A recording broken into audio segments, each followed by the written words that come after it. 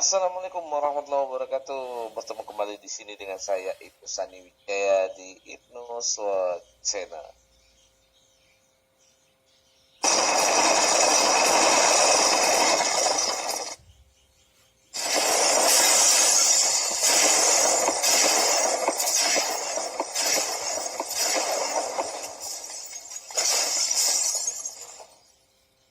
Oke, baiklah ya. Untuk video kita kali ini itu kita melanjutkan dari video pembelajaran sebelumnya itu mengenai penjadwalan CPU. Ya. Nah, untuk video kali ini lanjutan dari penjadwalan CPU ya, di mana di video sebelumnya itu sudah membahas mengenai penjadwalan CPU FGFS first come first serve, kemudian primitive shortest jobbers dan non primitive shortest jobbers. Dalam algoritma penjadwalan tersebut, ya bagi kalian yang baru bergabung di dalam channel ini, ya silakan simak video sebelum kita yaitu penjadwalan CPU ya. Nah, dan kali ini untuk penjadwalan CPU lanjutannya dalam algoritma penjadwalan yang akan dibahas ini adalah algoritma penjadwalan round robin dan Higgs penalty ratio next. Yuk, langsung saja kita ke video pembelajaran penjelasan dari algoritma penjadwalan round robin dan Higgs penalty ratio next.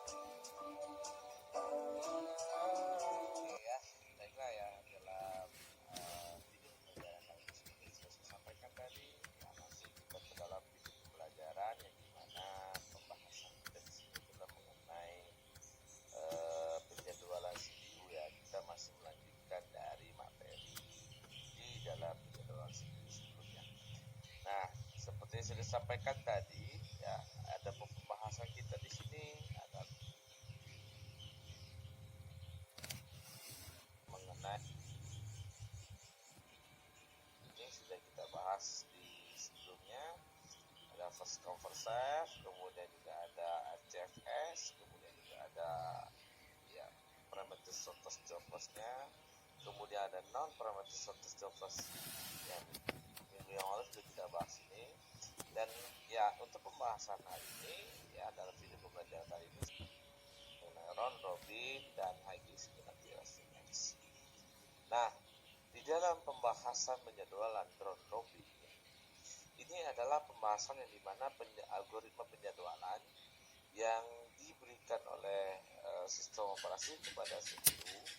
Ya, adapun algoritma di sini algoritma yang dijalankan prosesnya itu berdasarkan dari yang namanya kuantum waktu ya. Nah, penjadwalan ini tanpa prioritas, ada dengan secara bergantian ya. Namun dalam proses yang dilakukan ini tadi tetap menyesuaikan dari khususnya kuantum waktunya untuk melayani setiap prosesnya, dan ini di kuantum waktu tersebut. Misalnya ada proses pertama yang sedang dilayani. Nah, di sini nanti dalam pelayanan prosesnya jika menggunakan round robin di sini, misalnya proses pertama itu dengan memiliki lama prosesnya 5 milisecond.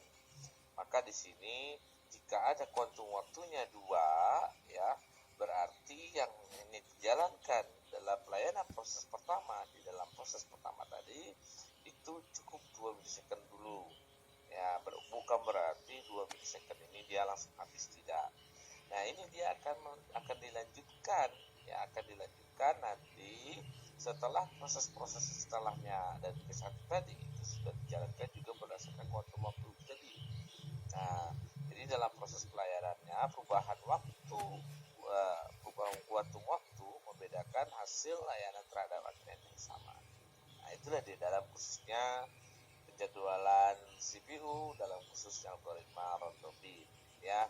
Nah, sebagai contoh seperti soal berikut ini kan ya, ada 5 buah proses, ada A, B, C, D, E ya. 5 buah proses ini sudah saya langsung urutkan ya, sudah saya urutkan di sini, yang dimana ya proses A ada 0 dia datang, Nah, di sini A datang di 0 dan lama prosesnya itu ada 4 milisecond. Dan dilihat dalam soal ini, untuk mencari average waiting time dan turnover time-nya, di sini kita menggunakan algoritma round robin. Nah, artinya apa? Berarti di sini itu dengan berdasarkan kuantum waktu. Ya, dari soal yang sudah diberikan di dalam tadi, itu kuantum waktu yang dijalankan dalam setiap proses itu adalah 2 milisecond.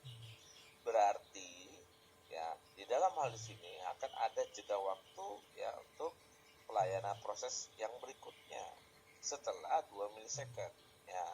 Nah, misal contoh seperti A jalan ya di 0 ya, berarti dia akan tiba duluan, maka A dilayani ya kan ya. Setelah A dilayani dari 0 ya 1 2, maka di sini dia diabaikan, dia tetap mengabaikan, tidak memperhatikan apapun seperti algoritma sebelumnya ya. Nah, nanti dia tetap jalan dari 0 sesuai dengan kuantum waktunya, karena di sini lama prosesnya 4. Berarti dari 0 dia datang dan dia akan berjalan sebanyak kuantum waktu yaitu 2 milisecond. 0 1 2. Nah, di sini sudah dijalankan 2, berarti untuk proses A itu masih kan proses yaitu 2 milisecond. Nah, selanjutnya bagaimana? Selanjutnya yang akan dijalankan adalah proses B ya. Proses B dijalankan dari mulai 1, tadi seharusnya dia sudah mulai di 1. Namun karena di dalam hadis ini tadi A dilayani terlebih dahulu, tidak sampai tuntas tapi dijalankan berdasarkan waktu. Berarti dari 0 dia melompat ke 2, berarti B-nya tadi itu akan mulai dilayani itu di 2 milisecond. Di 2 milisecond. Soal ini memiliki kuantum fenomena 2, yang artinya proses akan berjalan sebanyak 2 milisecond dan kemudian sisanya akan mengantri. Di proses 1 ini memiliki Boston 5. Proses 1 berjalan selama 5 milisecond. Karena memiliki kuantum 2, maka hanya akan berjalan 2 milisecond saja, dan sisanya akan mengantri. Sisa dari P1 yaitu 3, karena Bostonnya 5 dan baru berjalan 2. Kemudian, proses kedua berjalan sebanyak 2 milisecond, dan sisanya akan mengantri. Sisa pada kedua yaitu 1, karena Bostonnya 3 dan yang baru berjalan yaitu 2. Artinya 1 untuk proses kedua.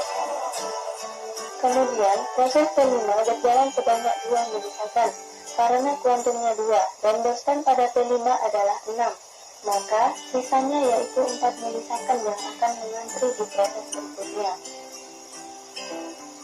Kemudian, proses keempat berjalan sebanyak 1 milisecond, dan proses keempat akan langsung habis karena Bostonnya hanya 1 milisecond saja. P4 selesai, maka bisa langsung diketahui sartannya yaitu sartan pada P4 yaitu 6 dan tulisannya yaitu 7. Kemudian responden pada P4 kita dapatkan dari rumus RT sama dengan ST dikurang AC, jadi 7 dikurang 3 sama dengan 4. Berikutnya, P3 berjalan sebanyak 2 ms. Berikutnya, P3 berjalan sebanyak 2 milisecond dan sisanya akan mengantri. Berikutnya, proses P1 berjalan lagi sebanyak 2 milisecond karena tadi masih ada yang mengantri dan sisanya akan mengantri lagi. Antrian pada P1 tinggal 1 untuk ke depan lagi. Antrian pada P1 tinggal 1 yang mengantri untuk proses selanjutnya. Nah, berikutnya, proses kedua berjalan lagi sebanyak 1 milisecond, karena tadi yang mengantri hanya tinggal 1 milisecond, maka kedua sudah habis. Kedua selesai, maka kita dapat mengetahui hasilnya yaitu 2 karena 2 dikurang 2, dan tulisannya yaitu 12 karena 12. Kemudian responden pada kedua yaitu 12 dikurang 1 sama dengan 11. Kemudian proses